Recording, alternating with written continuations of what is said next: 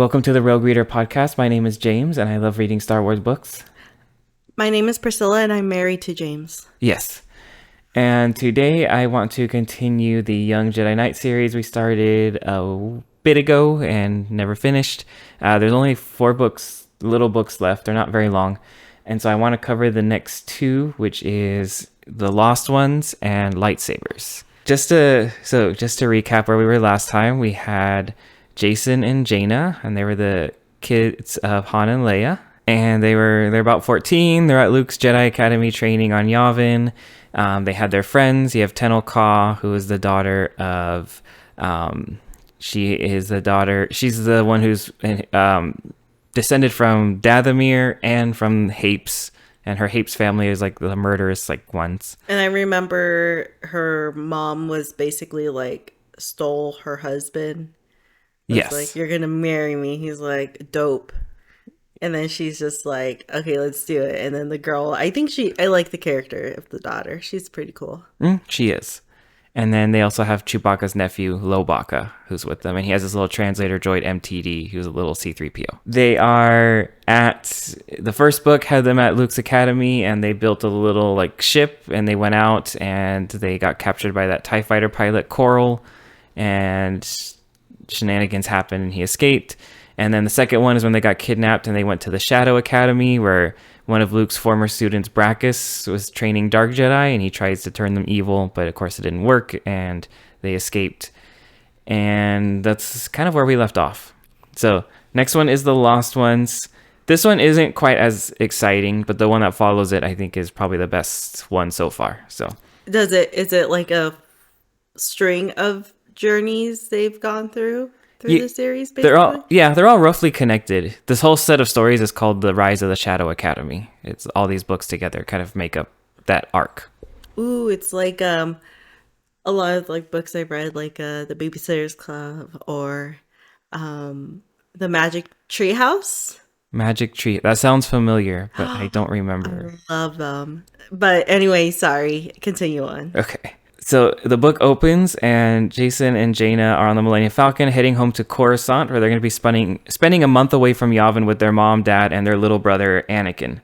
So I don't know if I brought this up, but they do have another brother named Anakin Solo. Are they all just going to recycle names? That's the only one. 20 Anakins. That's the only other Anakin. Down the line. And then they have Ben. Wait. Ben is Luke's son in these books. See, they're recycling. That's what Anakin looks like at this age. He's pretty young. Pretty cute. Well, he's also named Anakin, by the way, because this was one of Leia's ways of coming to terms with who her father was. So there's some symbolism why she picked that name. Ooh. But anyways, they also have Loie and Tenel Ka with them, joining them. And this is like a little summer vacation, I guess you could say. And of course, we get one of Jacen's jokes in the beginning of the book. He says, "How long does Uncle Luke need to sleep?" I don't know, Luke. 1 Jedi night. That's funny. Yes. Jaina's excited to meet their friend back on Coruscant. I guess they have a friend over there that they visit whenever they're on Coruscant. His name is Zekk. And he's an orphan and kind of a street urchin kid. And he apparently escaped a natural disaster on his homeworld and spent his time jumping from freighter to freighter, kind of having no one above him. He's a few years older than the twins, and he eventually met up with this supply runner he's been living with this whole time. His name is Peckham. He was actually in the first book dropping off supplies briefly, this other character. Okay. But they have a relationship, they have a friendship, and they've kind of stuck together since. Zekk is going to kind of become a major / main character in later books when they're all of them are kind of grown up. Depending on the book, he has more in-depth roles. They're about to go to Coruscant, and Han lets the twins play a game. I guess every time they arrive, he lets them go in the gun turret and shoot debris in orbit to see who can hit more.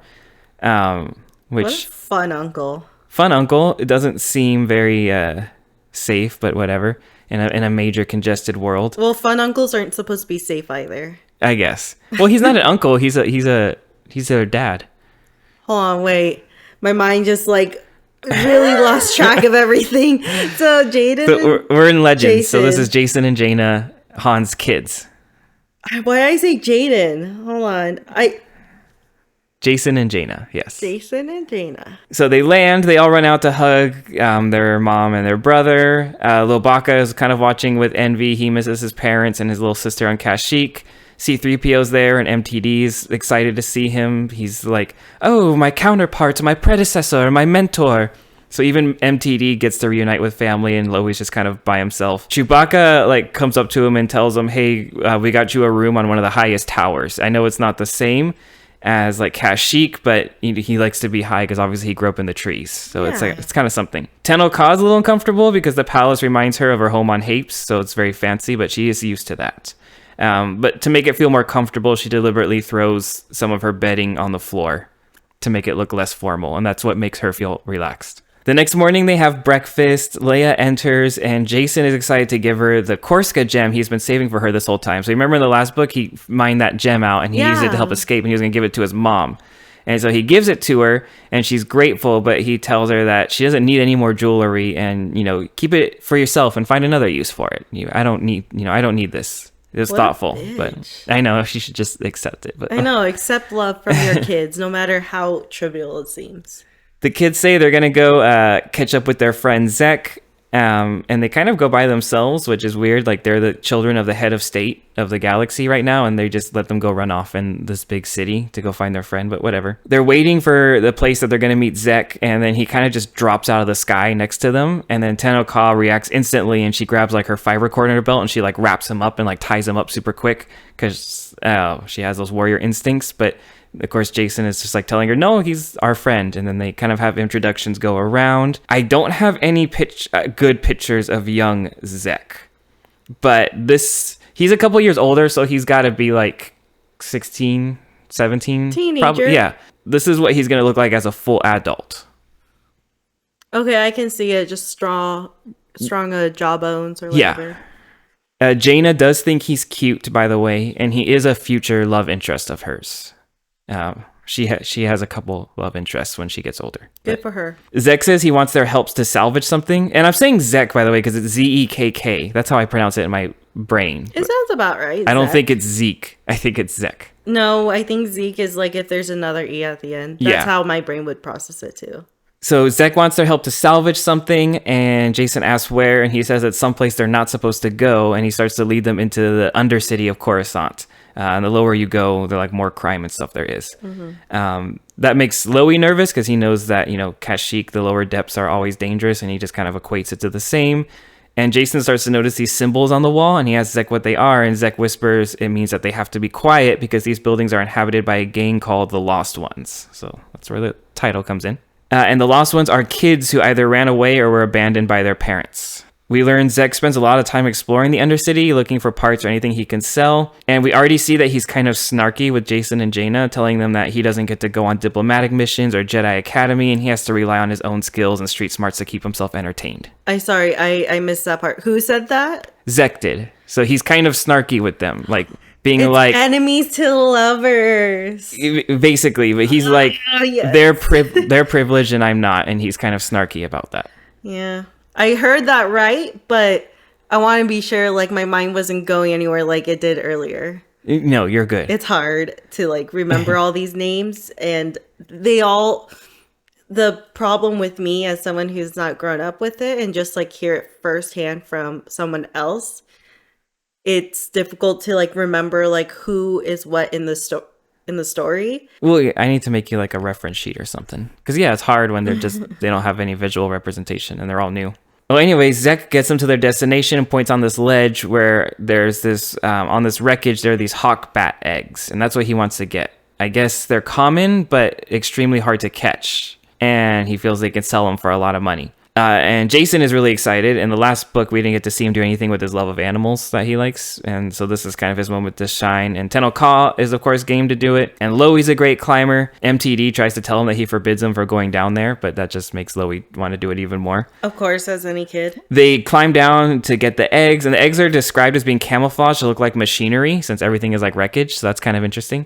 He picks one up, and suddenly they hear a screech, and the mother hawkbat comes and swoops down at him. and Jacen has to use the Force to project these images of calm into the mother. And he like puts into the mother's mind, like, we're sorry for invading your nest. We're only going to take one egg where it will go to a beautiful zoo, forever protected and fed and happy. And he pushes these images into its mind, and the mother like backs off. Which I'm sure Jacen intends to do this, but like he has no way of guaranteeing this, so he's kind of just lying to steal this mother's baby right now. For what? I mean, really, this is all for money. But anyways, they quickly climb back up, and they tell Zekk that they made a deal, and they only get one egg, but they have to leave like really quickly. And that's because hawkbats have apparently very short memory, so they have to like get out of there before the mom forgets. It's like that scene when Harry met Sally. Or the first 50 dates. The first 50 dates where she just always forgets everything till the next day. And then it's a sad ending, but it's literally what it is, where like she doesn't know like who these kids are or who her husband is, but every day he like, look, this is what happened during the days leading up to this day since we've met. And he puts everything on recording for her to remember. She's like, oh, now I remember. But like that's like a daily occurrence. But like that's severe short-term memory. That's how I imagine it. Like the next day is just like, oh, what happened? Where's my baby? Ooh, did I have a baby? They head back up and they have to go through the Lost Ones territory again. And Jacen's like, why have I never heard of this gang before? And Zekk tells them, well, that's because you guys never come down here. Like, you always have me meet you in the upper city. And again, he's kind of like showing resentment. Like, you never come down to where I live. Yeah. And he's like, I don't get to have meals served to me. I'm not coddled. I have to survive down here on my own. And Jaina tells him, like, all you have to do is ask, and we could give you some credits and help you set you up more securely up above. And he kind of gets angry at that, because then now it's like, oh, we can give you money if you want. You know what I mean? But Zekk's kind of proud, too. And he feels like he's being judged for how he lives. Yeah, here's the thing. I don't think they were even judging him at all, huh? No. Like, literally just came out of nowhere as him, like...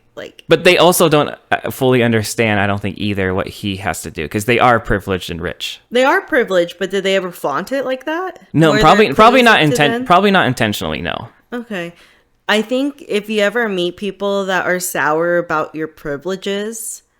when you did nothing to them negatively, especially directly, then for me, it's just like there's something icky about that person. They're just angry all around, whether it was justified or not. It's just icky, you know? Mm-hmm. But it's like another, if like maybe their family were at fault, or if they're like real pieces of work of like entitled people. That's a whole different thing. But I feel like with them, especially their upbringing with Han, like he was on the slum side, like he knows how it works. And then Leia, they've like really built up an empire from like non-existent through rebellion. Like even though she's like considered rich, like she did a lot of good political work as well. Like why isn't that seen? No, it's the fact that by the time they were born, they were kind of already privileged. So it's like they don't really get to... They do live in the jungles at Luke's academy, but still, like, they're kind of...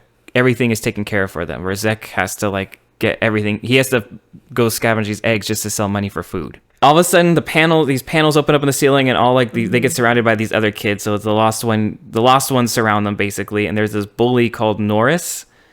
And he's like, he sees Zekk. Norris? What a bully name. That's how I pronounce it, yeah. Oh, wait. Okay. Norys. Norris? I don't know. N-O... What was it again? Rys. I would have said Norries. Go on. He obviously wants to get Zekk's egg, and Zekk just kind of tells everyone to, like, make a run for it, and they all, like, start running. But another gang member, like, blocks their path, and Loi's, like, ready to charge them. And Tenno-Ka has, like, a bunch of throwing knives in hand. So, like, these kids really picked on the wrong people. Yeah. I honestly think they could take these, like, street kids easily. They're Jedi trained, and they have a Wookiee with them. Mm-hmm. But before they can do anything, the mother Hawkbat charges in and attacks the bullies. And allows them to escape. Because they have the... Well, Jacen still has the egg. They didn't hand it over yet. But she basically helps them. And Zekk's like, I thought they have short memories. And Jacen's like, aren't you glad I was wrong? So, like... So they head back to Zekk's place, and that's an abandoned apartment that he and Peckham share. And Zekk offers them food, which is these cans of Stormtrooper rations that are just basically like gray goo and taste like nothing. But that's what he eats. And Peckham tells him how he's got this job on this orbital mirror station. So on Coruscant, they have these mirror stations in orbit that focus the sunlight on different parts of the planet, and that's how they keep everything like lit and energized. So it reflects the solar energy in space? Exactly. That's awesome. And he got a job working at one of them, and it's pretty old. It's like pre-Empire, and it's always falling apart. And pre-Empire, that's old. Like Republic, yeah. And he's leaving the next day to go up there, and so Zekk will be there by himself for like a couple days, and Jaina asks Zekk if he would like to join them for dinner tomorrow night because their mom is having some sort of banquet, and Zekk, he accepts. He's excited to accept. What a twist.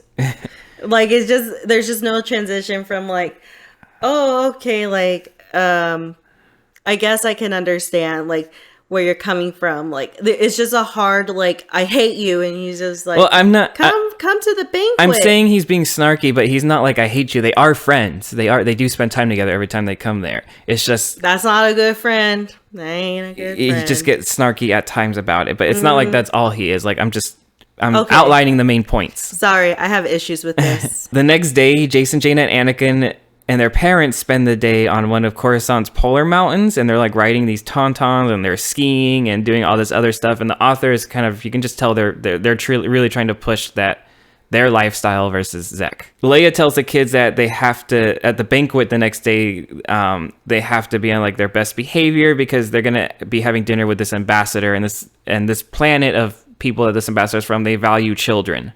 So Jacen and Jaina have to be there. And they, of course, convince their mom, well, let's have Tenno Ka and Loie and our friend Zekk over to... Leia's at first is like, Zekk, like that, your street urchin friend? And she's kind of like questioning it. And they're like, yeah, come on. Like, he's also young. The ambassador will appreciate it. So she lets them have him over. Mm-hmm. But even Leia's kind of like, just a little bit like judging him. Well, I guess she doesn't want him to mess up this important meeting. Yeah, and she doesn't know him like that. So it's like, could I trust this person in general? Yeah. Well, Zekk arrives at the palace, and he's wearing these nice clothes that Peckham helped pick out. And he has this jacket that he traded some parts for, and he's really proud that he dressed himself up.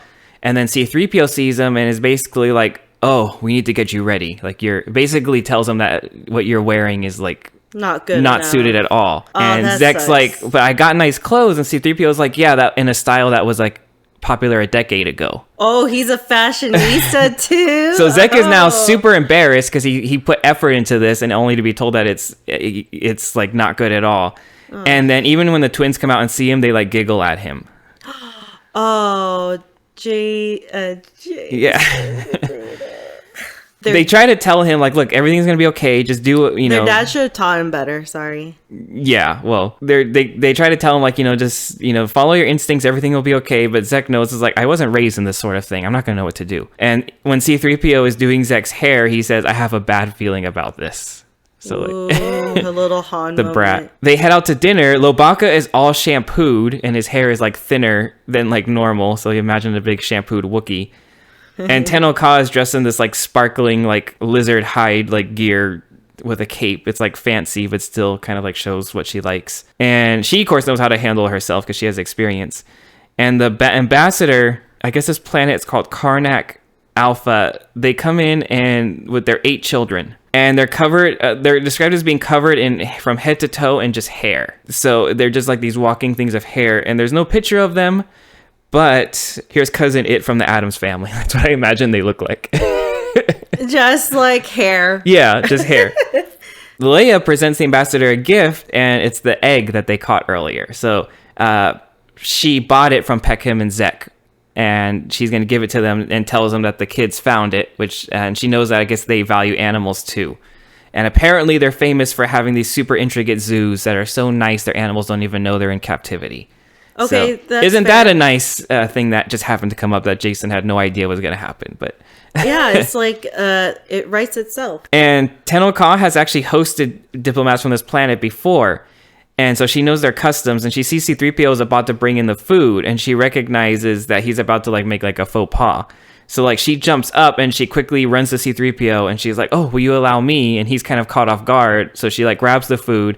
And she serves the ambassador's children's first, and then she has Anakin, who's the youngest, and has him serve the ambassador themselves. So that's like the custom you're supposed to do when you meet these ambassadors, and they didn't know that. So she just like saved them. But obviously, like Jacen is like whispers to her, he's like, how did you know to do that? Because he doesn't know that she's royalty. And she's like, oh, it's just something I learned Oh, randomly. I forgot about that. Yeah, Like they it's have a no secret. idea. Yeah. So this next part is the part that like is probably my favorite part of this novel because I can just feel it. So Zekk is like sitting there and he's just feeling embarrassed and out of place. He doesn't know what to say, what to do. And, you know, this isn't his element at all. And he's like eating this salad and he's like, the salad, it tastes a little funny, but it's fresher than anything I've been able to eat, like in the under levels. And like, I don't know what to say. Well, maybe I'll just comment on the food. So he like pushes the empty bowl and he's like, man, that was a great salad. And everyone just stops and stares at him. He can't figure out like, why are they staring at him? And then Jacen has this like look of disbelief on his face. And then Jaina goes to Zekk and whispers in his ear. She says, Zekk, that was the bouquet. You weren't supposed to eat it. Oh no. Wait, they didn't even stop him when they saw him. They didn't even like look at him eating this. But he's like horrified now. But Leia quickly chimes in. She's like, yes, Zekk, that was a good salad. And she starts eating her bouquet. And then Han is like looking at her like she's crazy. And then he jumps because she kicks him under the table. And then he starts eating his bouquet too. And like everyone at the table is now eating their bouquets to cover it up. But like obviously Zekk is super embarrassed and he just wants to leave as quickly as possible after that. And he just kind of runs out. He just runs away after the whole dinner. But like I can feel that because I feel like I've been in family dinners or things where you just feel awkward. You don't know what to say. And like if you do something embarrassing, like. Yeah, it lives with you. It intensifies in the moment of like exactly what any other person would probably feel. Mm-hmm. But in that moment, it's just like, oh my God, like this is 10 times worse. Then we have like kind of a little side thing where Admiral Akbar arrives at Coruscant and the space cruiser and it's carrying. It's a trap guy. Yeah, it's a trap. And he's carrying this hyperdrive and turbo laser batteries and his ship ends up getting boarded and assaulted, and it's Coral leading these stormtroopers, and they basically like board the ship and knock out everyone, and they steal like all the equipment on board. And then they're able to escape before reinforcements arrive. Zekk, meanwhile, is wandering the underlevels, and he's of course feeling embarrassed. He's beating himself up. And he's basically like telling himself like, I'm never going to belong with like people like Jacen and Jaina, like ever. But then he's also telling himself like, well, I don't need to belong. Like I have more freedom than they do. And he's like trying to talk himself up. And suddenly this woman appears with this dark cloak and she has this like limp and these two other figures surround Zekk behind him. And this is the Night Sister from the last book, Tamith Kai. She's limping because I don't know if you remember, Tenno Kala kicked her in the shin and like, wow, she kicked her in the shin that badly that she's has a forever limp. That's actually, she basically holds like Zekk still and she waves this device in front of him and she's like, oh, look at the power this one has, you're coming with us. And then they stun him. And meanwhile Jacen and Jaina are feeling horrible about Zekk and they're gonna like, we're gonna go apologize to him in the morning. But Leia tells them the ambassador was super impressed and is gonna make a formal alliance. So they did go to the dinner, but obviously at the cost of Zekk's embarrassment. When they head to Zekk's place the next morning, they kind of like ring the bell, I guess whatever like that counts for in this place. And then doorbell, yeah. No one seems to be home, and Tenno Ka's like, well, maybe he's mad at them. And Jaina's like, well, like I'm sure he would still be here to meet us because we had plans, and he never breaks plans. And they're like, maybe he went out for some food, so they wait for him, and it's a couple hours, and then eventually it's like, okay, he's not coming back. So they're like, we'll check the next day. And the next day they check, and of course it's still empty. And Jacen's like, we need to go like look for him. They try to tell Leia, but she's like dismissive of it. She's like, well, Zekk's like, it's not unheard of for him to disappear for a month at a time because he has his own stuff going on. And he's like, obviously was embarrassed. Jaina's like, well, Jacen tells him like, well, he's never like dodged out when we've had plans before. But she kind of dismisses it. So they're like, we're going to like secretly try to find out what happened to him on our own.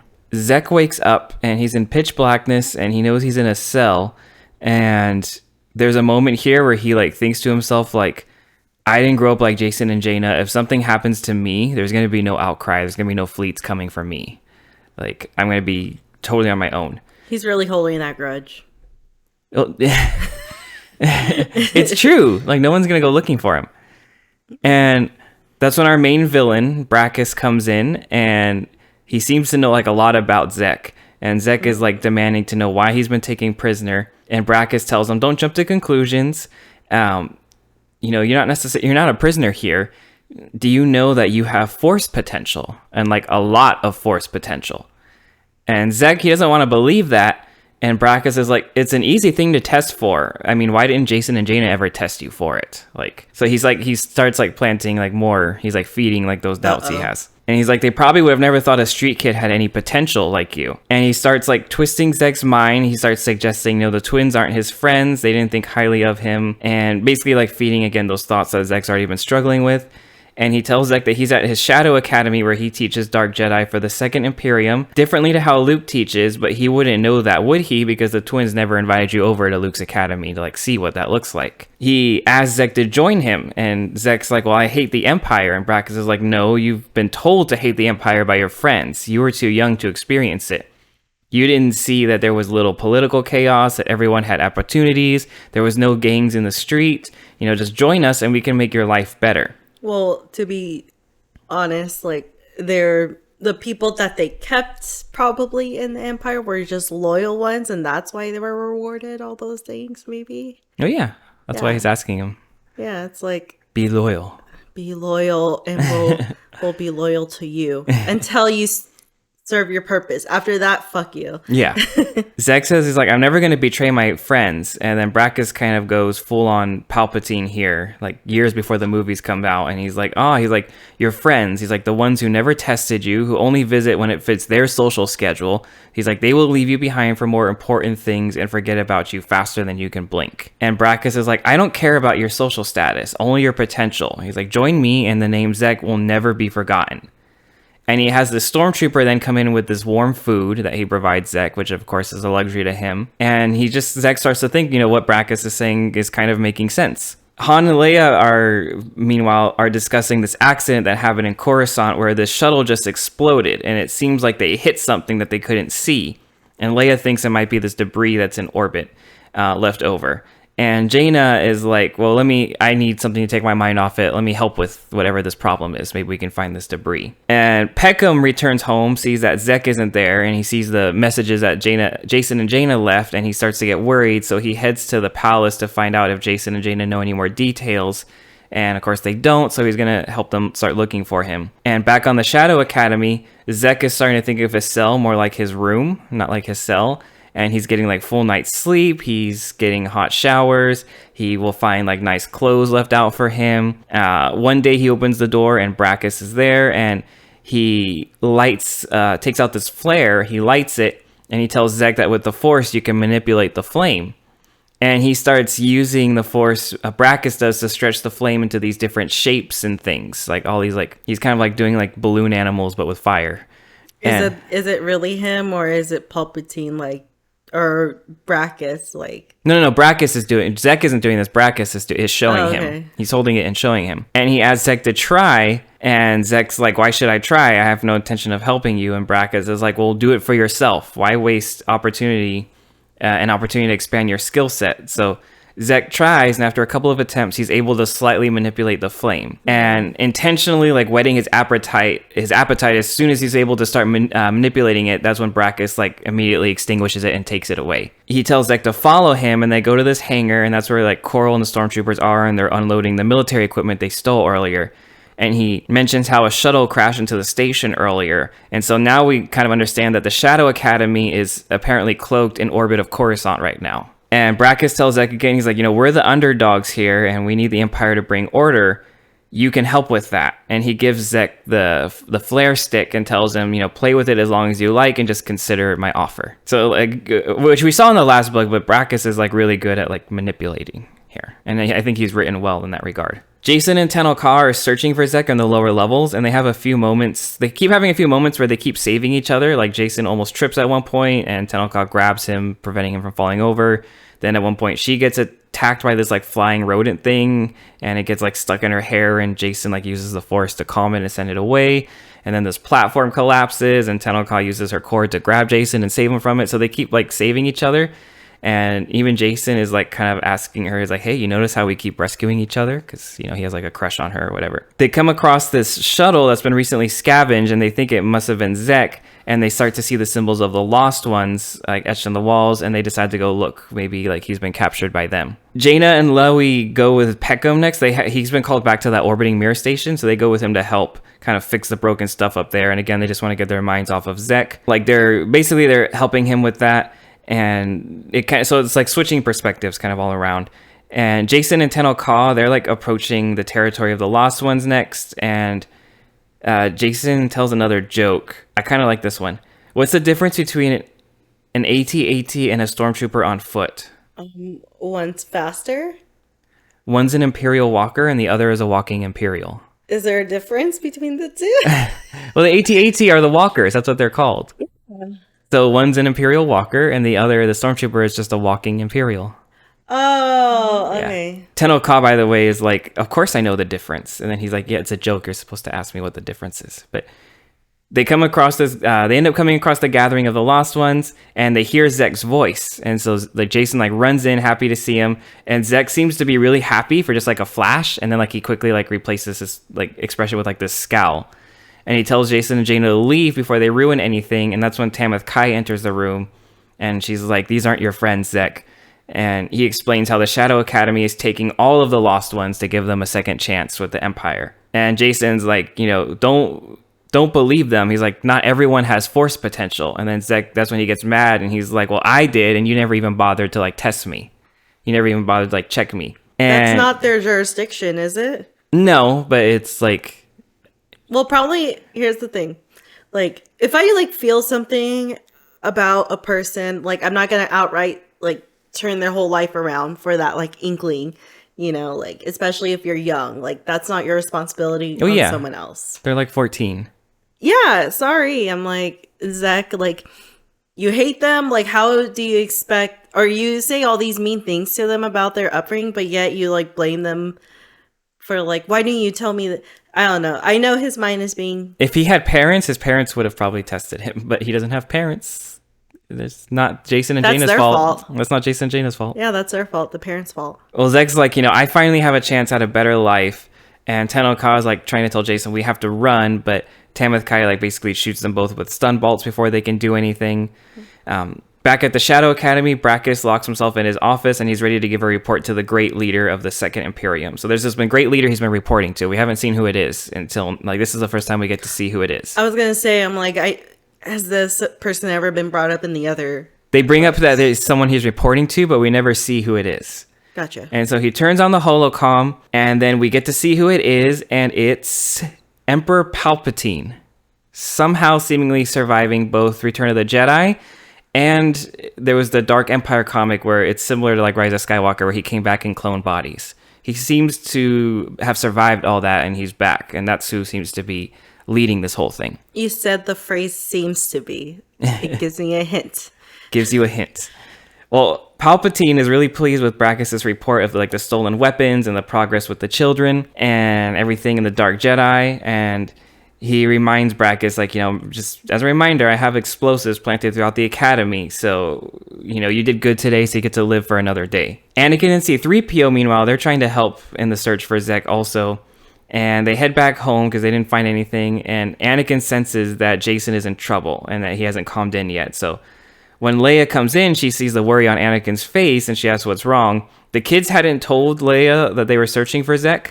I don't know if you remember in the first book, after they got kidnapped, they were like, we really need to start telling people where we're going from now on. But they're still not doing that. Oh, it's a callback to that? That's well, it's not a callback. It's just, it made me think of that. I'm so sorry. Yeah. Is this written by the same author of the other books? Yes. So Kevin J. Anderson and his wife, Rebecca Moesta, I hope I pronounced her last name, they wrote the entire Young Jedi Knights books together. I have a feeling they probably knew. They're like, yeah, let's bring this out into play now. Yeah. Well, I mentioned it in like the first video, but like they were like writing the first while they would be like grammatically checking one while writing the second, while planning the third, while brainstorming ideas for, like they were like 4 books ahead at all times. So it was like really crazy for them. You know, that's very helpful because a lot of people have like ghostwriters like James Patterson. I really think that with all the books that he comes out with every year, I think he comes out with like almost 20 books a year, and he has like an assistance of like a ghost writer to like help him with the rest. So that's always convenient. Some people don't even have that. So it helps that their husband and wife, they're able to work together on it. So oh yeah, they get to benefit. So yeah, Anakin tells Leia everything, and of course she believes him and says that Jacen should have checked in by now. So she calls some guards, and they use 3PO to C-3PO is able to trace Jacen's comm, and they begin to search for him. He leads them all to the under levels, basically where they were at that Lost Ones gathering, and they're like lying on the floor, and they're still stunned. Leia runs over, and she can tell they're alive. And she starts to wake them up. And I like how when Jacen's first words when he wakes up, he's like, "Tenno Ka, is she okay?" Like that's his first thought when he wakes up. Chills because they're supposed to be a love interest, right? Yeah. Ugh. Jason's like, I think Zekk's gone to the dark side, and Leia's like, well, we need to do something about this second Imperium once and for all. And Tenno Ka starts to get up, and C-3PO is asking her if you can stand, can you stand? And she kind of looks insulted, and she's like, I could carry you. And back on the mirror station with Peckham, Loie is kind of mapping space debris, and Jaina is like reviewing footage of the attack and everything that happened up there. She starts to realize that all the fighters that happened were short range, so they don't have hyperdrive, so that means that they start to realize that the Shadow Academy must be there in orbit. And of course, like, I don't know why New Republic intelligence couldn't figure out what these like 14-year-olds did, but they're the heroes. You gotta give them credit. I was like, they're reviewing all these evidence and it should be like police or royal police taking care of it, but whatever. 14-year-olds, well, yeah. They're heroes. Yeah. Jacen calls them and he catches them up on what happened, and Jaina kind of feels bad because that she starts to feel bad that they never realized he was force sensitive, but she tells Jacen, like, you have to get Mom to contact the fleet. Like, we need to act fast before the Imperials leave because he's probably on the station and we need to try to rescue him. I have a question. Yes. Is it their job to find force sensitive people? No. I think they're just upset that they didn't even like sense that he had that potential. No, I get that. It's just very interesting to hear from the perspective of Zekk, where he's like, you should have told me. And it's just like, what the heck? Like, it still bugs me. Like, that's not their responsibility. Yeah. So it's like who are you? I think he's more insulted that they didn't even consider that he might be, as if they were thinking lowly of him the whole time without even realizing they even bother trying to Yeah, exactly. Ugh, whatever. Go on. He has like this complex that is so icky. Well, Jaina has this idea. When the fleet's getting ready to approach, she has Peckham turn the mirror station onto the spot where the Shadow Academy is, and basically all the light overwhelms its shields and it becomes visible. The fleet comes in to attack it, but it's taking too long for them to get there, and the Shadow Academy is able to jump away into hyperspace before they can rescue him. And Jaina's sad because she knows Zekk is on board and they missed him. Loie detects something in space where the Shadow Academy was. It's something small, and they think it's an escape pod, but it seems to be too small to be that. Instead, it's a message cylinder, and the New Republic picks it up and they bring it down. Jacen and Jaina and everyone, they all land, and they're all debating whether they should open the cylinder, because what if it's a trap? And Jaina just pushes past all of them, ignores it, and she opens the code cylinder, and it's a message from Zekk, and he left behind a part of a scavenged shuttle that's for some money for Peckham. And he's like, because that's what he originally promised to help them go find when he left for their meeting after he got embarrassed. And he's like, I never broke a promise, and I assure you I'm not kidnapped, I'm not brainwashed, this is my choice, and I'm finally going to be able to make something of myself, and this is a chance that I never got to have with the New Republic.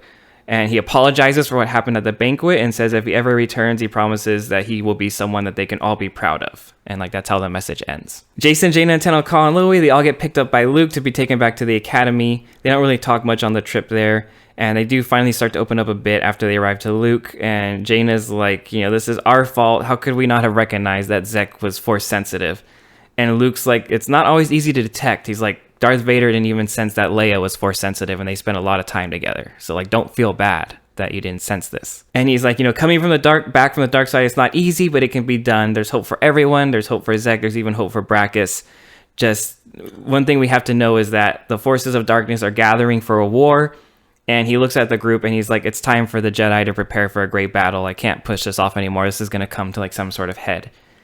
And we're going to have to get ready. And that's kind of where the title of the next book comes in, because the next one is called Lightsabers. So now we're going to get to see when they all get their lightsabers officially, because they haven't had them yet. Oh, man. The ending of it reminds me of the movie we just watched last night, Raya and the Last Dragon. Because the start of that movie was where he's like, have faith in everyone else. Even though everything seems broken, we can all become like one again. Mm-hmm. For the great cause, and like have faith. And here, it's like trust. Yeah, he's literally like saying like, I have trust in like not just Zekk but Brachus. Yeah, He's not And going to give up on that's the anyone. one I'm like, no, you can't trust that person. Well, okay, so that's that one. I find that, I mean, it's a good introduction to Zekk, but this one I found a little more boring compared to the others. But just me relating it to you, what did you think? I do enjoy the series. Like this is something I would have read when I was a kid. Like if I had these books available to me or to my knowledge, because Star Wars as books, I didn't grow up with it when I was young.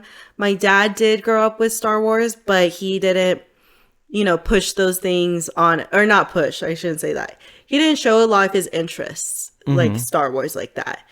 He only enjoyed the 3 VHSs, right? That he has and he still has. And I think he gave them to you, right? Yeah, I don't think they're on the shelf. I think I have them like Oh, with the we other should movies. stage them. Like But they're yeah. iconic. But anyway, as far as the story goes, this is something that I would have enjoyed, and it's a interesting tie-in to the original like honeymoon, or what was it, the proposal between Han and Leia, the original books. Oh, the courtship of Leia. Yeah. The courtship of Leia. I have one question about that too. Yeah. Now thinking about it, does Leia know who Tenaka is? Yeah. So she's like, oh, she's the offspring. I'm sure she talks with like their parents, like diplomatically and stuff. Yeah. Diplomatically, professionally, yeah. But I'm just curious if also Tenaka knows their history with Leia and Han.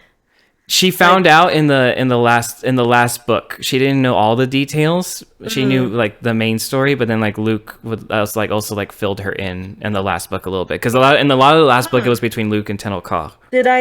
Did we discuss that? Because I don't remember that. I don't remember when we did that book if we did it before or after we did courtship. Okay, yeah, because that would have been very important for me to know. We might have done it before, but I don't It recall. was before, so Maybe. okay.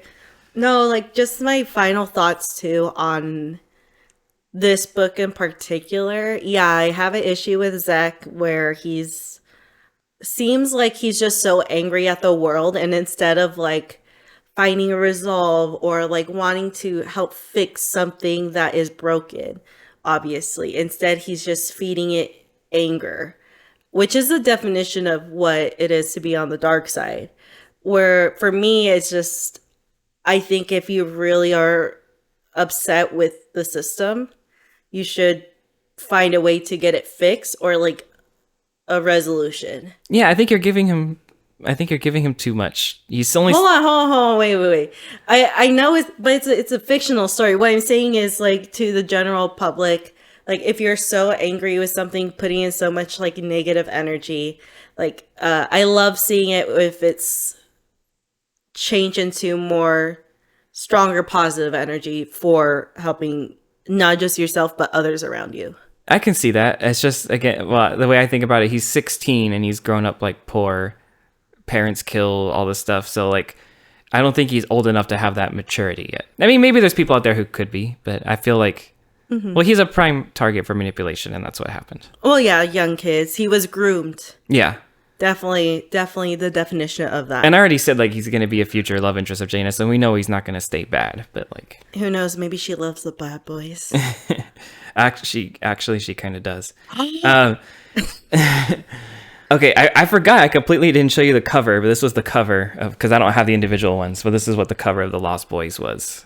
All right. So Zekk's not on it. I don't know why they didn't put him on the cover of his debut. But Tenaka is the main person here, right? She like stands out there. That's why I'm like, I knew that's Tenaka. She's just so wild. Wild And child. then Princess Leia, C-3PO, he looks a little different. That was The Lost Ones. That's my least favorite so far. That's your least favorite? I thought it was story-wise pretty well constructed. Yeah, well, I'm glad you like it. Story-wise. Story-wise. Yeah. The next one, though, Lightsabers, which I just want to dive right into, is my favorite so far. I like this one a lot. Actually, this is the one that so far, if I'm like going to recommend that you read only one of these, this is the one I would pick. But this is the cover for Lightsabers. Ooh, Tanakashi's beautiful. You know, I realized too, like she has like little random like fish braids throughout.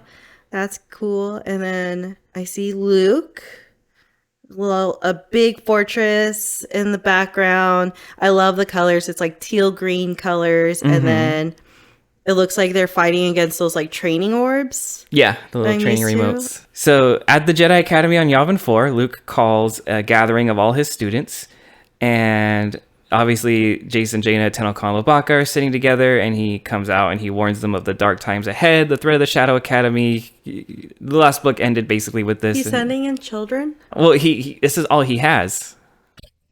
Okay. Well, he has some adults, but he doesn't have. He hasn't been rebuilding them for too long. Okay. And he's like, the New Republic needs Jedi, and we need to be ready to fight for them with all this stuff coming up, because, that worked out so well for the prequel Jedi, but that hasn't been written yet, so don't worry about that. Luke states he's going to be meeting everyone in groups to discuss what to do next. So I think he's breaking them up by age. I don't think he's going to give all of them a lightsaber, like the toddlers, but... Well, yeah, we're not going to see younglings, go out and just wreak havoc, So he meets Jacen and Jaina and the gang, and basically he's like, it's time for the next step in your training. And Jaina's like, that means we get to build our lightsabers, right? And Luke's like, yes, you're going to all be building your own lightsabers. And he warns them, though, this isn't a reward, this is an obligation. And he basically, I have hope that in learning to build them, you will learn to respect them as a tool. It's like build a bear, but build a saber. Build a saber. And Jaina's like, I've always wanted to know how a lightsaber works. And she asked Luke if she can take apart his to find out. And he's like, that won't be necessary. But he goes over all the parts with them, and he states that it basically uses a simple energy source, such as those found in blasters, and a crystal. And the crystal is the main thing. And he says preferably Jedi would use a kyber crystal, but since they don't have any on hand, any crystal will do. So what? Back in the old Legends expanded universe, Jedi did not have to use kyber crystals. They could use any crystal. It wasn't until the Clone Wars came out later, and it kind of retconned that all lightsaber crystals have to be kyber crystals. So Disneyland, you better listen up. We can use any crystal. Use any crystal. But I like the kyber crystal because it's like a whole journey the Jedi has to go, and they have to find the crystal that calls to them and meld with them. I do like that whole aspect, but I also like that they can use any crystal in the old universe, because it made like more unique things that could happen, which we'll get to kind of see here. Mm-hmm. But he says each person, they're going to have to find the parts and the crystal themselves. He's like, some of you may even already have what you need already. And he kind of gives Jacen a look. Uh-oh. My thought was, oh yeah, Jacen has his crystal snakes in his cage from the first book. Remember he has those crystal snakes? No, it's the one that he was about to give Leia. Yes, you got it. Yeah, that's the one that's destined to be his lightsaber crystal. But I was jokingly thinking his crystal snakes. Do you think Leia knew that was the case, or she just really was like a terrible mom? She might have sensed it. Maybe she was like, no, this doesn't belong with me. It's going to go to you. Interesting. All right. Basically, the task now is they all have to find a crystal for their lightsabers. So Jaina finds a unique solution. She actually makes her own crystal. She gets a portable furnace and some chemicals, and she spends an entire night without sleep forming a crystal herself. Ooh, a mad scientist. And she uses the Force to kind of shape it as she's melting this thing. The crystal ends up making her lightsaber a purplish blade. So she has basically has a purple lightsaber, as seen here in her official little action figure, black figure. Series figure with her purple lightsaber as an adult. Jacen, so I joked earlier that he should use his crystal snake. The book actually makes the same joke because he seems to actually look at the snake for a minute as if he's considering it. But like stuffing the snake into his lightsaber, I don't know. But no, yeah, he uses the Korska gem, you guessed it. And that makes a green blade for him, so he has a green lightsaber. Lowy decides to hunt for the parts basically in the leftover rooms when Yavin was a rebel base, and he kind of just goes picking through all that stuff. MTD is kind of chastising him, saying he's not going to find a crystal there, and Lowy's like, well, I can smell it, and MTD is like, you cannot smell crystals. But just as he says that, Lowy finds this old computer screen, and he's able to pull out a crystal in it. And that's what he uses to make his lightsaber is like a bronze. He has a bronze lightsaber. Oh, that's awesome. Tenno Khan does not start building her lightsaber right away.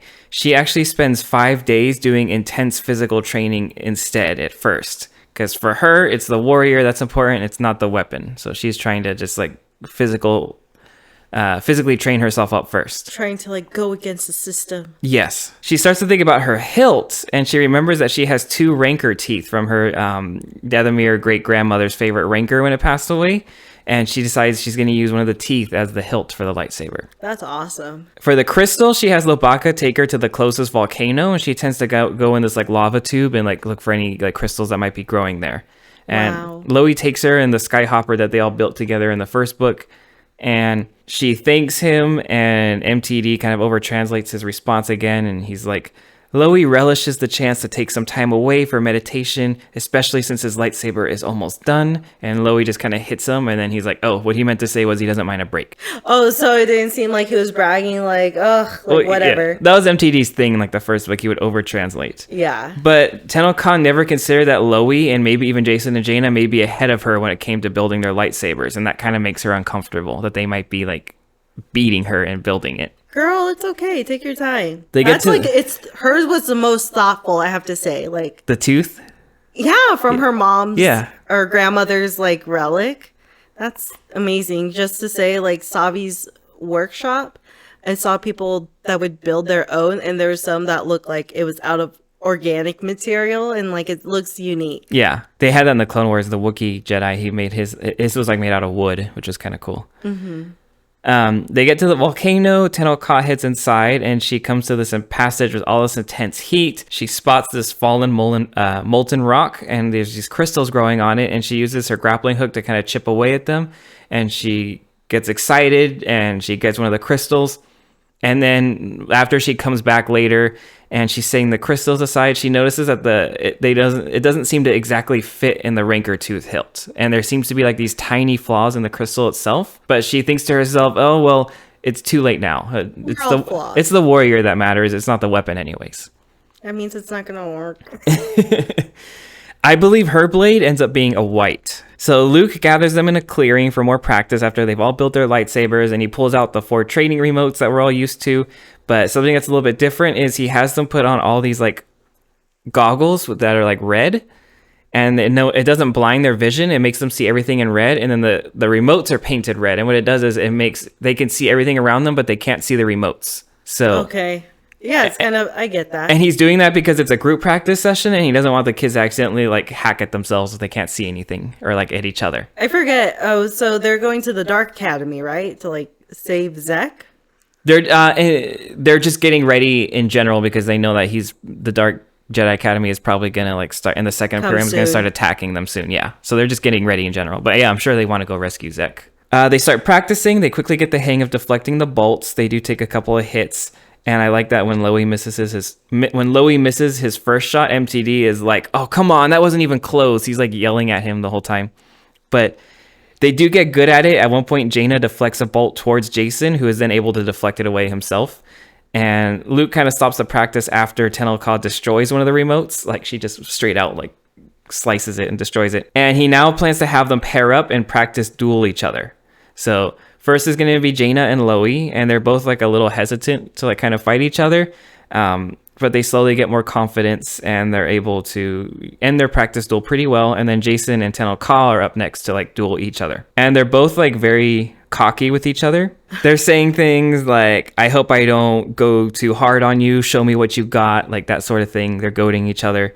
I would be terrified if I was Jacen to fight Tenno Ka, but I mean, he also has... Jacen, I guess, has had technically more practice at the Shadow Academy. He had to practice with one. He ain't ready. They're fighting, and Jacen tries to tell a joke while they're fighting. And I didn't get this one at first, and then I did. But why are Wampa arms so long? Wampa ice creatures. Because they're wampaing around. Because their hands are so far from their body. Wampa. I don't get it. Okay. I think this is because Luke cut off the Wampa's arm. Oh. So it was like far away. Jacen tries to lure Tenno Ka to some rocks so that he can try to like trip her up while they're dueling, but she kind of knows they're there, and she just jumps over them, and he tries to push her forward, and he ends up tripping himself and like kind of falling down. And he's all like, "Hey, that was a good one," like complimenting her. And then she switches her lightsaber to her non-main hand. So she switches it to her off hand to show that she can fight with both. And Jacen then decides he's going to do the same. And so they're like clashing sabers, and they're both What like an idiot. they're both pushing against each other like super hard. And then Tenno-Ka starts to hear her lightsaber is like vibrating, and it starts to like make like a struggling noise. Suddenly her lightsaber, it just fails and it starts to fizzle out. Jacen pushes through super hard, and then the Tenno-Ka's lightsaber explodes. And then Tenno-Ka is just in shock, and then she looks down and she looks at where her arm was, and her arm is gone. Cut off, and it's laying on the floor clutching her exploded hilt, and she starts to black out, and all that she's aware of is that Jacen is screaming something at her, and before she blacks out, her like last thought is like she's worried if she hurt him. Jacen, he has like survivor's guilt a little bit, or like he just feels guilty probably. He's gonna feel guilty. It switches then perspective back to Brackus and Zekk on the Shadow Academy. And they're in this system that this old Sith Lord basically had caused a supernova in the system thousands of years in the past to destroy a chasing fleet. This is a reference to the old Tales of the Jedi comics that I like to mention that the authors at this time, they like to connect to each other's works. So this is a story in an old comic, and they're just kind of connecting it. Brackus is telling Zekk that how well he's doing in his training, and he thinks it's time for Zekk to have his own lightsaber. And he gives Zekk a lightsaber with a red blade, obviously. And he tells him, Luke won't let his students practice with sabers because he thinks it's too dangerous. So he's kind of underestimating Luke at this point, not even knowing that they're also practicing. It switches back perspectives to Jacen, and obviously, it's like you said, he's like super sick with guilt. And Luke had taken Tenno-Ka back to the Academy Medical Center right away, and Jacen just wants to see her and apologize, but Tenno-Ka does not want to see him or any of the group. She doesn't want to see anyone right now. And Luke tells him she's not ready, just give her some time. But apparently the explosion of the lightsaber meant that there was no chance that her old arm could be reattached. It was like too damaged. But she does have the option to have a mechanical one, kind of like Luke has. And Jacen that night, he's just having nightmares of him cutting off her arm. He just keeps reliving it in his sleep. And he wakes up and he's just like sweating, and he hears Lobaka out calling for him, and he runs out of bed, stopping by Jaina's room to tell him that something's going on. They both run out and they see that Loie was meditating outside, but they can see that there's a ship leaving the landing pad, and Luke is waving goodbye. And they rush over and they just know it was Tenno-Ka on that ship just leaving, and she like didn't even say goodbye to them. She just like went off and left. And Luke tells them that she wasn't ready to see them, but it's okay, she's with family now, she'll be taken care of. And Jacen is still feeling horrible, but Jane is like, well, that doesn't make sense. Why would Tenno-Ka's family from Dathomir come pick her up in a Hape's ship? So now it's going to start to come to light, like her other side that they don't even know about. Tenno-Ka, we finally get to kind of see her perspective, but she's going back to Hape. She's super depressed. She hasn't eaten since before the accident. Her hair is a mess because she can't braid it with just one arm. She doesn't know how. And she does not want to ask for any sort of help from her friends or see like any pity on their faces. She does arrive at Hape's, and she finds that her parents are gone, and her grandmother Tachum is there. So I'm sure you remember the grandmother. She was the one that like potentially even killed off one of her own sons when he was kind of weak, and was like, she's like, she was ruthless. She's super ruthless. She greets her with this like huge display, and there's like all these like men dressed in like loincloths, and they're doing flips and juggling, and she puts on this whole like parade for Tenno-Ka. And it seemed to Tenno-Ka, it seems like she's rubbing in the fact that she lost an arm because it's all these people doing acrobatics and things. And her grandmother tells her, this seems to be a sign that you failed at being a Jedi, but you don't need limbs to rule. So like, because her grandmother does not never approve of her being a Jedi. She wanted her to just be all in training to be the future queen. Jacen, Jaina, and Loie are in the Yavin 4 audience chamber, and they're just kind of sitting sad. They don't know what to do. And then the historian, one of Luke's Jedi, Tion, walks out. I've mentioned her before, but she's in charge of history under Luke's Jedi. And she tells them that she's there to instruct them she's there to continue their lightsaber training. And they're anxious. They don't want to practice anymore after what happened. How long has it been since he cut off the arm to this point? Probably like another day or two. It's been very quick. Oh, he needs therapy. Jacen tries to tell a joke to cheer everything up. He says, why is a droid mechanic never lonely? Because they're always making new friends. Oh? Yeah. Quick thing I noticed he tried making a joke about the Wampa's arm, but... Oh, yeah, you're right. Yeah. Oh, I didn't even pick that up. You're right. That was foreshadowing. Tion has them all turn on their lightsabers, and Jacen is looking at them all, and then she starts to get flooded with like all the stressful memories. This is Jaina, like not just what happened to Tenel Ka, but when she was at the Shadow Academy and she had to fight Jacen, and she didn't even know she was doing that. And she turns off hers, and she's thinking how they could have killed each other, and now her friend Zekk is also at the academy, and is she gonna have to fight him? Is she gonna have to kill him at some point? And it's like all the responsibility of what having a lightsaber means is hitting her, and so she just kind of like deactivates it and she throws it to the ground. And Tion picks it up and she tells them the story of another story that's from the Tales of the Jedi comics. So they do another little tie-in here where they talk about the main character in those comics. Her name is Nomi Sunrider, and how her Jedi husband was basically killed, and in a rage she picked up her husband's lightsaber and like killed the assailant, and that disgusted her so much that she told herself she would never use a lightsaber again. But then there came a time where she basically had to defend her own daughter, and that at that time, years in the future, she picked up a lightsaber and was able to do it. And from that day, she kept her saber on her, knowing that she never sought to use it, but would use it if necessary. So Tion like hands the lightsaber back to Jaina and is like, you guys have had enough practice, but basically don't feel bad that you don't want to use it, but you should know how to use it. This scene kind of got me. So Tenel Ka is being swarmed by all these doctors, and they're all telling her basically like what's best for her. They're going to fit a mechanical arm to her, and they're going to make her whole again with this arm. And inwardly, Tenel Ka knows that she does not want to have a mechanical arm, and she feels like... So this is all without her consent? Like, she didn't even say if she wanted... Yeah, they're all doing this, and it's her grandmother. But she doesn't want one, and she feels like it would never feel like it's a part of her. And she realizes that since she's alive, like her family's been making all the decisions and telling her where to go, what to eat, that she should have the arm, all of that. And she's like, okay, I need to start making my own decisions. And I was determined to never use the Force unless absolutely necessary before, but now she knows she's going to need to use it to help compensate for her injury, because she has no choice now. And she has to learn to kind of embrace that. And the doctor starts to put on the mechanical arm, and she's like, no. And the doctor pauses, and then he kind of smiles at her, and he's like, well, you agreed already.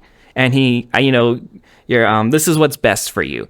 And your grandmother spared no expense. And he starts to like attach the arm to her again. And Tenel Ka's like, no. And the doctor just kind of smiles, and he's like, well, even Luke has a mechanical arm. The doctor then attaches the arm to her, and then Tenel Ka's anger like boils out, and then she just yells, no! And she uses the Force, and she just tosses the doctor against the wall. And then she just rips off the arm, and she just kind of throws it. All the doctors are like now just shocked, and they're staring at her just kind of silent. And then Tenel Ka kind of regains her composure, and she's just like, I said no. I said no. As a queen should. Luke starts to get worried for her, though, because her grandmother won't let him speak to her, and he cannot get hold of her parents, and he's worried her grandmother's going to use this opportunity to manipulate her when she's at such a depressed stage in her life. And Luke is like, okay, well, she needs family right now. And not family, she needs friends. And so Jacen, Jaina, and Loie all kind of come to the same conclusion that they need to go see her. So Luke agrees to take them to her, and they all get in the ship, and they take off. And I guess when Jaina commented, why is a Hape ship taking her, they never followed up on that. But they arrive at Hapes, and that confuses all of them. And they thought they were going to Dathomir. And then that's when Luke tells them basically like that Tenel Ka is the heir to the Hapes queen. So this is how they find out about that. So now Jacen is freaking out. Not only did he cut off his best friend's arm, he just he cut off the arm of a princess. Princess. He's just like, what the fuck did I do? There's this like scenes where Coral back on the Shadow Academy is teaching that bully from the last book, Norris, how to be a stormtrooper and shoot things. It's not that interesting, but Norris. Yeah, Norris. But Zekk and the other Dark Jedi are called to an assembly, and a hologram of Emperor Palpatine appears, and he addresses all of them. And basically, he kind of doesn't say anything super important, just that the army of Dark Jedi is almost complete, and they're getting ships ready, and they're going to go battle the New Republic soon. Luke and the gang arrive at Hapes. Tachum is there, and she tries to tell Luke that he came for nothing because he's not allowed to see, none of them are allowed to see Tenel Ka, but before she could even finish the sentence, Tenel Ka is like standing behind her, and then Jacen is super excited. He rushes forward to like hug her. Luke is wondering where are Tenel Ka's parents, and then Tachum says, well, we learned there's going to be an assassination attempt soon, so we sent them away. So is that really what happened? Well, we'll see. But Tenel Ka has the unfortunate timing that her accident is placing her here when the assassins are most likely going to strike soon. I don't know why. I guess they decided to keep her there, but whatever. So wait, there's an assassination attempt or like plan on the parents, but yet Yeah. they have the princess there. Yeah. Yeah, whatever. Jacen is waiting in this very extravagant room, and he's struggling like what to say to Tenel when he gets a chance to speak to her privately. Luke arranged for all of them to stay there for a month. I guess Luke isn't worried too much either about the assassination attempt, but whatever. But Jacen then hears Tenel's voice, and she's at the door, and she asks him, "Can I come in?" And she's just kind of standing there in the door. She's wearing a cloak over her arm, so she's covering it up. And Jacen's like, of course, and this becomes my like favorite scene in the whole book. They both start talking to each other, and they both start talking at the same time, and they're talking like super quickly. Jacen's like, I'm sorry, if I wasn't trying to impress you with my dueling skills, I would have seen your lightsaber was failing. And Tenel's like, no, the fault's mine. I believe my warrior skills could overcome anything. I didn't even look at the faults in my weapon. And Jacen is trying to argue back, and he's like, no, it's my fault. And Tenel's like, no, it's my fault. And then she throws off her cloak, and she shows Jacen the stump of her arm. And she's like, this is the first time Jacen's seen it since the accident. Jacen like looks at her, and he's like, if I listened to the Force more, that would have never happened. And he points to her arm. And then she's like, if I was using the Force, I would have seen that from the start my lightsaber crystal was faulty. And Jacen is like trying to argue back against her, and he doesn't know what to say. He can't. And he's just like, and he's like, do you want to hear a joke? Like, that's all he can think of to say. And Tenel looks at him, and then she actually starts laughing. And she starts laughing so hard she has like tears streaming down her face. And Jacen's obviously confused because he hasn't told the joke yet. But Tenel tells him, like, I've missed this. We've always been in competition with each other. Shall we compete now for the blame? And Jacen's like, I just want you to accept my apology. And she tells him, like, I forgive you, my friend. And they hug, and they're both like kind of crying. And I just love this scene. I actually kind of teared up reading it. It's such a good communication between them as friends. Later, Tachum is telling them to all come to this dining hall for dinner, and Tenel is like, well, me and our friends, I'm kind of having fun just talking with all of them in privacy. Can you just bring the food to us? And Tachum doesn't really want to, but she finally relents and lets them have the food where they're like in their private rooms or whatever. And she leaves, and then a bit later, they hear an explosion. And all these guards come out, and it seems that someone bombed the dining hall they were meant to go to. So it looks like the assassins have struck. And it's Good thing she said no. Yeah. And so for protection, they're all taken to this reef fortress, like out on the ocean. And they're going to spend the day there, and they're just like swimming, and they're enjoying time together. Wait, so they're on vacation, having fun while something exploded? Yes. Okay, go on. Yeah, I know. It doesn't make a lot of sense, but I feel like the authors are cramming in so much like so many scenes to like just I don't know.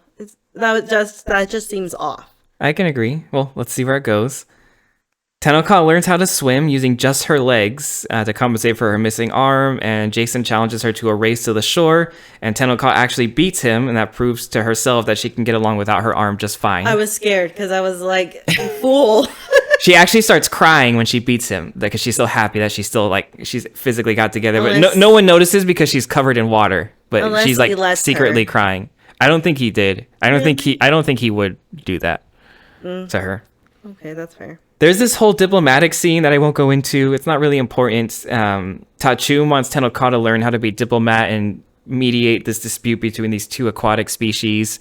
They give her this like tiara with like that's been passed down in her family, and she doesn't want to do it, but Jacen's like, hey, you should learn everything you can while you're here. You may not like it, but maybe it's useful later. Basically, both sides are kind of screwing each other over, and Tenel ends up ordering both of them to like leave. It's not something that's terribly interesting. But then one of the ambassadors that's watching over them says, oh, you guys must all be bored. I arranged for an automated boat ride around the reef, and you guys should just take it and enjoy yourselves. Automated. Yeah, that doesn't sound suspicious at all. But they get on this boat, and they are enjoying themselves. Jacen tries to tell Tenel another joke, and then she's asking him, like, why... Tenel asks him, like, why do you keep trying to tell me jokes when I don't, like, want to laugh? And then he's like, well, I just assume that you need cheering up. And then she's like, well, don't assume that I need like cheering up or that like anything like that. Like I happy. You don't have to just come tell me jokes because you just assume I'm sad. Things like that. Jacen just kind of holds her hand and he's like, "Okay, well, if there is anything I can do to ever help you, just let me know. Like, and basically I'll be there for you." And she kind of squeezes his hand. She's like, "Okay, I will." And so their romance is kind of starting to like kick off a bit more here. How old are they again? Like 14. 14? Yeah. The boat, it takes them to this weird area with all this like green water, and there's a bunch of seaweed everywhere with flower petals on them. And the seaweed is like starts to move. And then it turns out that the petals are like following them like eyes, and these aren't like petals, they're like each one's like an eyeball. And Jacen, because he loves nature and also because he's stupid, goes out to touch one of the flowers, and of course like the seaweed vine comes out and grabs him and tries to pull him into the water. I don't think he loves nature, he's just stupid. Loi's able to grab him, and Tenel quickly grabs a knife and she slashes at the vines holding him, and they save him, and the vines are rising everywhere trying to grab the boat. They pull out, Jacen and Loi have their lightsabers, so they start hacking away at the vines, and eventually like Jaina is able to find that the boat's on autopilot. She turns it off, she gets them out of there. But she looks at the computer and she's like, okay, someone set the coordinates to take us out here deliberately with no way out. Which, what a surprise, you know. Someone sent them to kill them. Oh, no. So there's a little moment where Tenel is watching Jaina and Loi fix the boat, and she kind of gets a little jealous because she's like, they don't even realize how much they take their arms for granted. But she like quickly quiets that thought down, and she's like, okay, even if I had 2 arms, I would not be able to do what they do. We all have to be able to be best at what we're good at. Jacen tells her, like, hey, you did really good fighting back against that seaweed. And she kind of snaps back. She's like, for someone with 1 arm? And he's like, no, just like in general. Like, I wasn't even thinking about the fact that you had 1 arm. And I just admired how well you fought. Jaina and Loi confirmed the boat was sabotaged. And Tenelka's like, I don't think it was my grandmother because I sense that my grandmother does want to protect me. So they think it must be the ambassador who suggested the boat ride in the first place, which is like, that's what my first thought would be. Zekk, meanwhile, he's been getting good practice with his lightsaber, and he's managed to kill like hologram representations of like wampas and rancors and crate dragons and Tusken raiders and all this stuff. So he's been practicing himself, and now Brackus leads him to this unknown part of the academy, and he's led into this room by himself, and the doors open, and he finds himself in this like floating in this huge like zero gravity arena.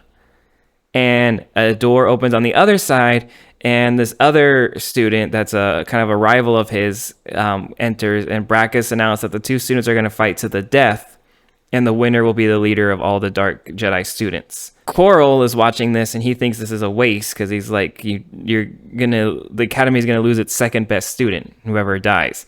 And Brackus is like, well, if we were to appoint one as a leader, the loser would feel resentment. It would try to undermine the other one, and it would just be better if they fought Just to the die. death. Yeah. Whoa, ruthless.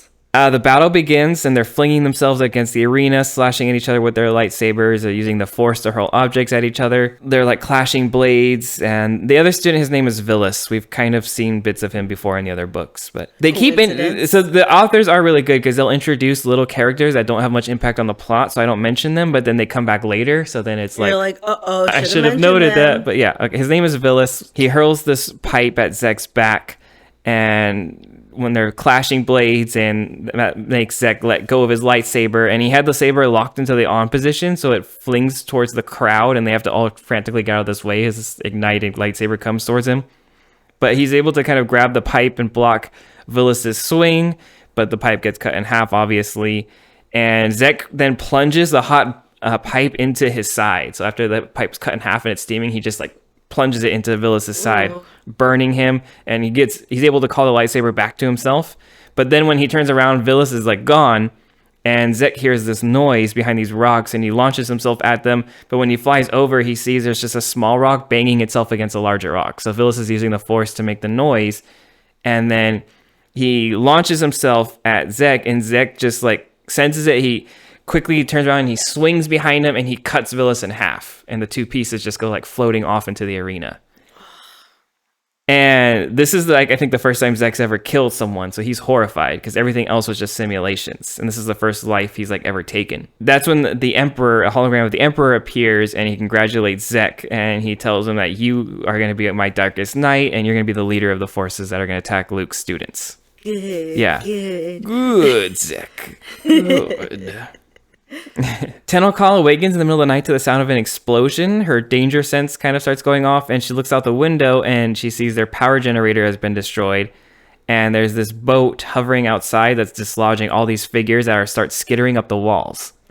And she recognizes them as Bartok assassins. So these are like insect assassins, and they share a hive mind, and they all work together to like eliminate their target. These are I actually kind of like these enemies because, as you'll see, like when they start killing them or like trying to hack pieces away at them, the body parts that are hacked off will still like crawl towards the person to try to kill them. Like they're kind of cool. She assumes that they're targeting her grandmother, and she wakes everyone up. And Tenokal just grabs a spear off the wall because she doesn't have her lightsaber. And Jacen and Jaina and Loie have their lightsabers. They see the assassins are trying to break into their grandmother's room. Tenokal kills one with her spear, and then they kind of fight their way in the room. They close the door, and there's more assassins inside. Loie like kind of picks one up and throws it out the window, and Jacen chops the head off another one.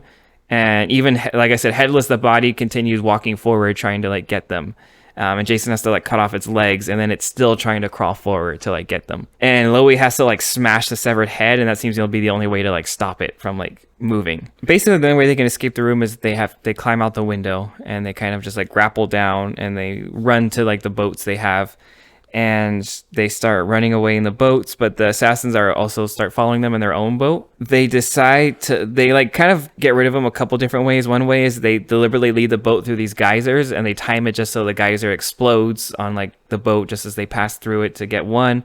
But it didn't get all of them, so they're still chasing them. So they deliberately lead the assassins into the seaweed they were in earlier. And they manage to kind of shoot the propulsion system of their boat, so they're stuck there, and then the seaweed just starts grabbing them and crushing the boat, and is basically able to get rid of all of them. They pilot the boat back to the mainland, and they find that the ambassador who sent them on the boat ride in the first place, she's already declared herself queen and set a period of mourning for the royal family. Of course, Chatum arrives and has her arrested. The only thing I didn't understand here is that her parents are still alive, so I don't know how she could just... That doesn't make much sense. Maybe she was attacking them somewhere else too. Who knows? Yeah, there's someone there's another... They forgot someone. Yeah, they forgot the real next of kin. And yeah, because her parents are the actual... Like, her grandmother's not even really queen anymore, so yeah, that doesn't make sense. No, she's still queen, but wouldn't her daughter be still princess until she's died? No, at this point, I think I'm pretty sure her mother has become queen at this point. So it's not for life, I don't think. I don't know. Maybe I have to look into that later. After all of this adventure, Tenokal is ready to go back to Yavin 4. She feels fully recovered and she's ready to go. And it kind of cuts back to that, and she's practicing braiding her hair using just one arm and her teeth, and she's able to do it. And she pulls out the other rancor tooth she has, and this time she uses the jewel that was in the tiara she got from her grandmother as the lightsaber crystal. I have to say really quick, there's an influencer I know who was born with no legs and no arms, and is a beauty guru, makeup guru. I can believe it. Yeah, and I think they go by she. She's really good at what she does, and like she'll like find ways to like use her mouth as like part of her makeup, or like we'll use like a part of their nub in their shoulder and like tighten it, and then they just like put their face to like contour, eyeshadow, just so like I have no excuse for anything. But yeah, I can believe it. Yeah, people can do it. It doesn't matter. You just have to have the will and the passion for it, I guess. Which Tenokal does. She does. She's a warrior, true warrior. And this is kind of it's like, this is a lot for her character, because now she was someone who was like, I didn't want to use the Force before, but now she's accepted that she's going to have to compensate for her injury. She's okay with that. It's probably meant to be like, that's her way of like being put in that spot. Yeah. And she always was like, I don't want nothing to do with my Hape side, but now she's taking the Hape's crystal for her lightsaber. So it's like all coming like full circle for her character. Yeah. She's standing with Jacen, and he asks her, like, do you really want to do this? And she tells him she can think of no better way to say that I trust you and that I don't blame you for what happened. So they both ignite their lightsabers to do another practice duel. Her new blade is now turquoise. She has a turquoise blade. My favorite color. And they both spar in harmony. They know that neither of them are going to get hurt. And afterwards, Jaina and Loie join them, and the book ends with them all basically like three musketeering it together with all their lightsabers and like Just four. yeah, four musketeering it together. And that's how that one ends. So as I said, this is my favorite so far. I think this is like the best character wise. It's like the best, and I like that like her arm gets. It's like crazy that her arm actually gets cut off and everything that happens. But what did you think? I love the split of like the different stories between each character. It's kind of like The Office, where That's hold on, wait. That's something I didn't expect to hear. Well, a lot of series do this, where it's like either books or TV or movie. They have an even split of like each person's story, and there's an obvious main character, but like in The Office, like you get to have like storylines of every character for like every season. They have their own growths, their own downfalls, their own lessons. Where here it focuses on Tenoka's, like it starts off where she was just like going with her lightsaber, even though it's like partially broken. She's just like, I'll take it as is. And I forget what crystal was it that she got, like from a volcano, right? The original was from a volcano, yeah. Yeah, and it was her grandmother's favorite like pet, her tooth or whatever. Yeah. Rancor. Her Rancor's tooth from her Dathomir grandmother. So yeah, it's the Dathomir. The hilt is from Dathomir, and the crystal is from Hapes now. Okay, so that's where I was like confused. I thought, I thought she cared about her grandmother, but it's a different side. Yeah. Remember in Courtship of Leia, they had the Rancors they all rode on? I was mixing the names, so that's okay. Yeah. But anyway, it's just like she couldn't accept one side, so now she has accepted both sides, which is where it was like successful, in my opinion. So yeah, I love Tenoka's like growth and like accepting both sides of herself, and then also learning that she is capable of so much more despite what she's going to like go through, her challenges with her amputated arm. And then Jacen went through a growth as well, like learning, even though he felt guilty about something, he knows like not to beat himself up, and he didn't let that like consume him. We don't have much growth or like much talk, of course, about Jaina and Loie, yeah. Loie, and then yeah, they were fine. Yeah, Zekk is like the most of the concern, I guess, like seeing where he's gonna go. It's gonna be like a Kylo Ray situation. Yeah, the first book was really just Jacen and Jaina focused. And the second book, it still kind of continued with them. I think Loie had kind of big parts in both of those, but it's more focused on like Tenoka's and Jacen's. There's different pairings they'll do in each book. Like Tenoka had a lot of moments with Luke in the second book and things. So this one is definitely like it's her and Jacen. Yeah, it's not really much about Jaina and Loie. Definitely. I'm sure they'll all get their chance. Did you remember that her arm was cut off? I think I told you before, but it sounded familiar. But I was thinking maybe I'm wrong. I always knew her arm was cut off, but I never read the story until I got this collection years later. But here she is as an adult with her lightsaber years later. So you can see she has the one arm, and she's got the Rancor tooth blade and her teal lightsaber. Awesome. So which one came first, this book or this book? The Young Jedi Knights was first, yeah. So, okay, they carried it forward. Oh, yeah, they carried it forward. Awesome. Yeah. Love that. Love that for them. All right, there's only 2 books left, and I want to we'll finish that off next time, again in one episode.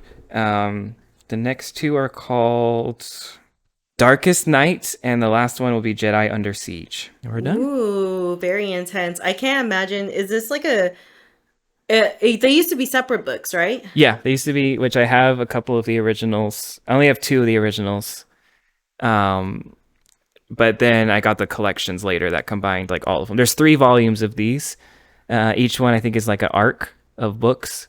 I'm only going to do the first one for now. Like the other ones can be revisited like and you don't later. have the other 2 then, right? Yeah, I have the other ones here. The other 2 arcs are here too. Okay, so you have a complete? Yeah, I have all of them basically. Gotcha. All right. Well, that's going to be it for this episode of Rogue Reader. I hope you enjoy it. I hope you have a good day, and may the Force be with you. Bye. Thank you for watching or listening to this episode of the Rogue Reader podcast. If you enjoyed it, please give it a like, subscribe for more content, and share to any other Star Wars fans you think might also enjoy this content. Thank you very much.